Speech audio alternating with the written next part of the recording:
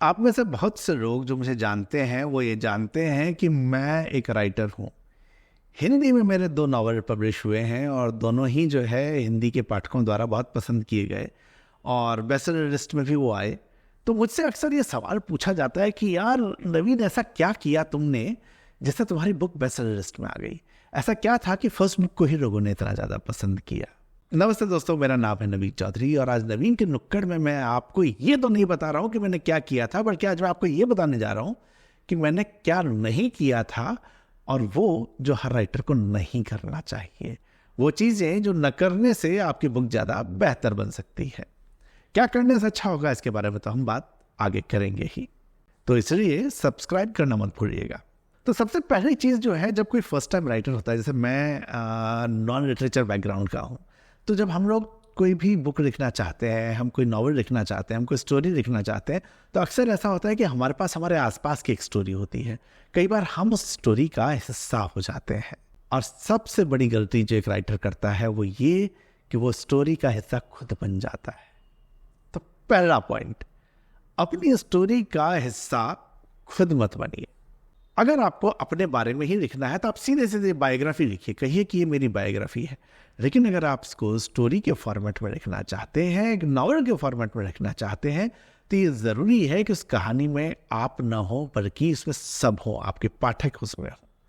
कोई भी व्यक्ति कोई कहानी क्यों पढ़ना चाहता है? वो कहानी पढ़ना चाहता है 2 कारण से, एंटरटेनमेंट या कोई नई चीज़ जानने के लिए, और एक तीसरा कारण और होता है कि वो कहीं अपने आसपास जो उसके थॉट्स है उनको उसमें ढूंढता है, उनका कंफर्मेशन चाहता है।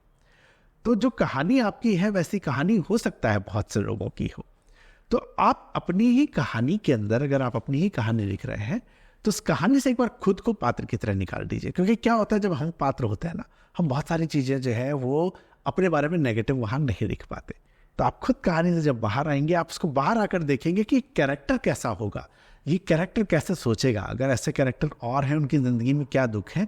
तो जब आप उनको देख के समझ के और फिर लिखना शुरू करेंगे तो आपकी कहानी जो है थोड़ी सी व्यापक होगी, ज़्यादा लोगों से कनेक्ट कर पाएगी। तो पहली चीज़, कहानी में खुद को नहीं आना है। दूसरी चीज़, अच्छा राइटर बनते ही ना सबको फीलिंग क्या आती है, अब अपन बहुत नॉलेजेबल आदमी है, अपन ज्ञान दे देंगे। आपको लग रहा होगा जैसे मैं दे रहा हूँ, नहीं मैं ज्ञान नहीं दे रहा यार, मैं बस आपको बता रहा हूँ बेसिक चीज़ें। तो आपने वो मीम तो देखा ही होगा, कृपया यहाँ ज्ञान न बांटे, यहाँ सब ज्ञानी है। तो अगर आपने किताब में ज्ञान देने की शुरुआत कर दी तो आप पिट जाएंगे। अनलेस कि आप जो है वो गौड़ गोपाल दास हो या आजकल जया किशोरी जी चल रही है, अगर आप मतलब वो बाबा बन चुके हैं उस तरह के, तो फिर आपका स्पिरिचुअल गुरु की तरह ज्ञान चल जाएगा। लेकिन आप देखें, ये सारे स्पिरिचुअल गुरु भी ज्ञान नहीं देते, ये स्टोरी बताते हैं। तो आप जो है किसी को ज्ञान मत दीजिए, आप उनको कहानी बताइए। क्योंकि जो पाठक है ना, ये पाठक बेवकूफ़ नहीं है, उसको ज्ञान देने की जरूरत नहीं है, हमें उसको बताना है कि स्टोरी है। तो पाठक जो है वो कहानी को पढ़ता है, कहानी को पढ़ के वो इतना इंटेलिजेंट होता है कि वो समझता है कि आप क्या कहना चाहते हैं। मोरल ऑफ द स्टोरी ये देने की हमें जरूरत नहीं है, मुझे लगता है कि नहीं देना। आपने कहानी बताई, कहानी में जो मोरल है वो पाठक खुद ही अपने आप उसमें से निकाल देगा। और तीसरा, कई बार हमें लगता है कि एज अ राइटर ये हमारी ड्यूटी है कि हम सोसाइटी को एक मैसेज दें। मुझे भी लगता है कि क्या मैं कास्टिज्म, जैसे मेरा पहला बुक था उसमें कास्टिज्म के ऊपर काफ़ी चोट थी, काफ़ी व्यंग्य था, तो कास्टिज्म के बारे में मैं क्या सोचता हूँ, मैं उसको कहूँगा तो ये again it is a preaching. तो मैं मेरे कैरेक्टर को वहाँ पे कहने देता हूँ। आप देखिए कि बहुत सारे जो बड़े राइटर्स हैं, जब वो स्टोरीज लिखते हैं तो उनके कैरेक्टर बोलते हैं, वो खुद नहीं बोलते। तो वहाँ पर कैरेक्टर के थ्रू आप उन चीज़ों को बता सकते हैं। इंसिडेंट्स के थ्रू जो मैसेजिंग है वो मैसेजिंग दी जा सकती है। अगर आपको बहुत स्पेशली कोई लाइन बोलवानी है जो आपको लगता है कि ये मैसेज जाना चाहिए, लेट द कैरेक्टर स्पीक। तो ज्ञान हमें नहीं, कैरेक्टर के थ्रू देना है। तीसरा, पहले बुक लिखते टाइम ये इशू हमेशा आता है कि हम लोग जो है ना, इतना कुछ होता है कहने को कि हम सब कुछ कह देना चाहते हैं। एलिस इन वंडरलैंड नाम की कहानी थी, उसमें एक टर्म था रैबिट होल, जिसमें कि एलिस गई और उसके बाद वो अंदर ही अंदर टनल होते हैं बहुत सारे, तो उसके अंदर फंस जाना।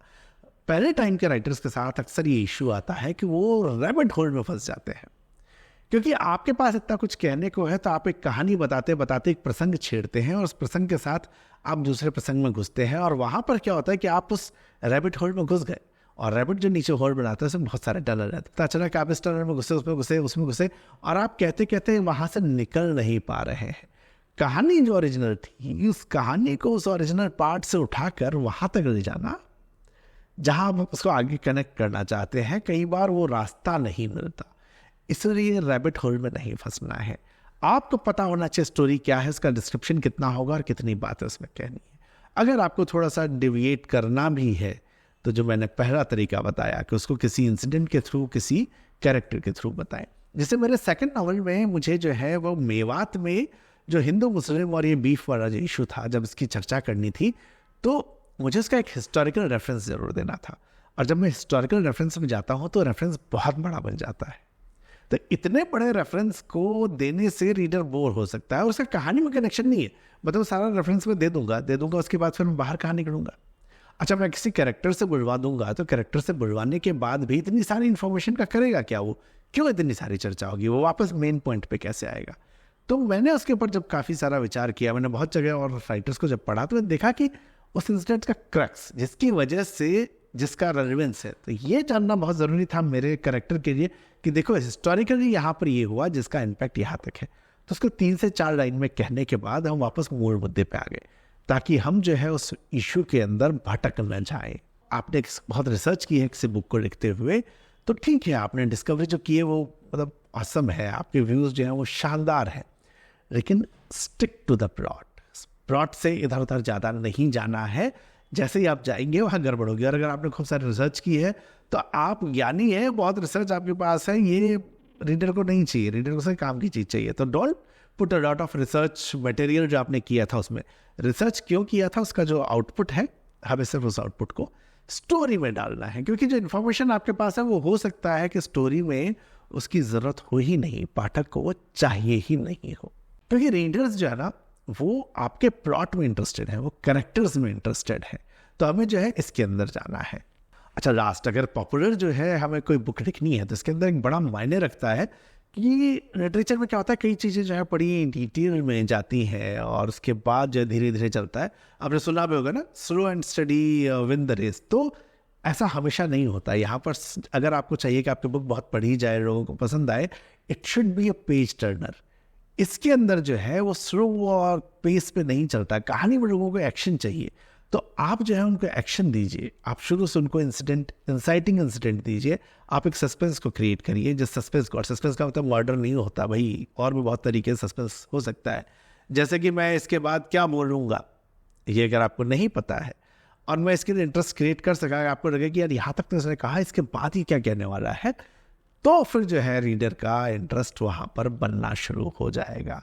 तो इसलिए जो है कहानी आपकी स्लो नहीं, थोड़ा सा उसको फास्ट पेस रख सकते हैं और पेज टर्नर होना उसका बड़ा ज़रूरी है।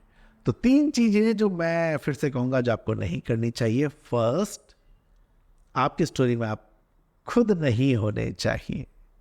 सेकंड, जो कि आपको बहुत सारा ज्ञान नहीं देना है, ज्ञान पाठक ले लेगा। तीसरा, अगर आपके पास इन्फॉर्मेशन है तो आपको उस इन्फॉर्मेशन प्लॉट से इधर उधर नहीं जाना है, रैबिट होल में नहीं फंसना है। So don't get into the rabbit hole. और लास्ट कि स्लो एंड स्टडी हमेशा काम नहीं करता। So depending on the story आप उसको फास्ट पेस बना सकते हैं। रीडर को उसमें इंटरेस्ट क्रिएट करने के लिए आप स्टोरी को जो है एक्शन में रखें। So that was for today. और इसके बाद जो है हम स्टोरी राइटिंग पे और बहुत सारी बातें करेंगे धीरे धीरे, लेकिन उसके लिए बहुत ज़्यादा ज़रूरी है कि इस चैनल को सब्सक्राइब करना है।